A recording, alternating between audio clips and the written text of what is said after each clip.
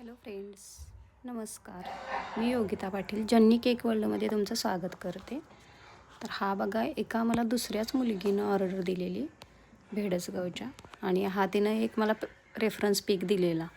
पण असं झालं की त्या मुलीनं केकच नाही नेला. मी तिला फोन वगैरे केला की बाळा तुला कोणता फ्लेवर पाहिजे. तिची मम्मी म्हटली की थोड्या वेळात सांगतो. तरी पण त्या मला एकदा बोलता बोलता म्हटलेल्या चॉकलेट. म्हणून मी आमच्या इथे जरा थोडा प्रॉब्लेम झालेला, तरीही मी त्यांचा केक करून ठेवला आणि त्यांना मी सांगितलं. मी 8-8:30 वाजता त्यांना कॉल केला आणि त्यांनी मला एकदाही कॉल केला नाही की ऑर्डर कॅन्सल झाली वगैरे, असं काहीसुद्धा न बोलता त्यांना हवा तसा मी केक बनवून ठेवलेला. फक्त त्यांनी फ्लेवर काय फिक्स केलं नव्हतं, पण त्यांनी अगोदर पण चॉकलेटचा केक नेलेला. मी म्हटलं आता काय पर्याय नाही, ह्यांचा काय कॉल येत नाही. मी चॉकलेटमध्ये करून ठेवला फिनिशिंग वगैरे, त्यांनी सांगितलेलं तसं डेकोरेशन करून ठेवलं पर्पल व्हाईटमध्ये. आणि त्यांनी बघा केकच नेला नाही. ठीक आहे, असो. अर्धा किलोचा केक होता.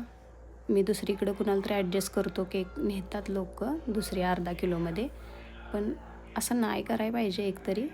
आणि त्या मला म्हटल्या, मी दुसऱ्या दिवशी कॉल केल्यावर मी नेतो केक, तुमचं काही नुकसान करत नाही. तरी त्यांनी तो केक नेला नाही. मग माझ्या मैत्रिणीच्याच मुलगीचा एका बड्डे होता आणि तो पण खूप लांब जाणार होता. मग तो ऑलरेडी एकदम चांगला सेट झालेला. त्यामुळे मी तिच्या मुलगीसाठी मैत्रिणीच्या हा केक तिला म्हटलं नाही, छान आहे, 250चा आहे. पण मी हे केला चॉकलेट ट्रफलमध्ये, त्यांना चॉकलेट डचमध्ये करून ठेवलेला. त्या मुलगीने काही नेलं नाही. हे बघा, ते मी असं डेकोरेशन केले पर्पल आणि व्हाईटमध्ये. हा याचा त्याचा फायनल लुक आहे.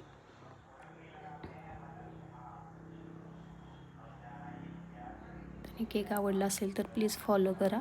आणि हा बघा, श्री